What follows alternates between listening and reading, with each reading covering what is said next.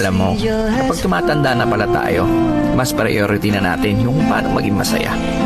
Marirealize mo na mas masarap i-enjoy ang buhay pag masaya ka. Di mo kailangan makipagtalo sa mga taong walang bilib sa'yo as long as nag-enjoy ka naman sa ginagawa mo. Maiksi lang ang buhay natin, hindi natin kailangan makipag-argumento. Positive people will always choose happiness. Kaya kung saan ka masaya, tuloy mo lang. Enjoy lang natin ang ating buhay kung saan tayo nagiging masaya. Did what I did because I love her so. Will she ever?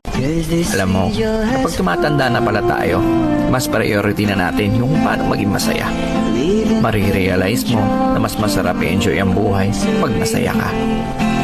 Di mo kailangan makipagtalo sa mga taong walang bilib sa'yo as long as nag-enjoy ka naman sa ginagawa.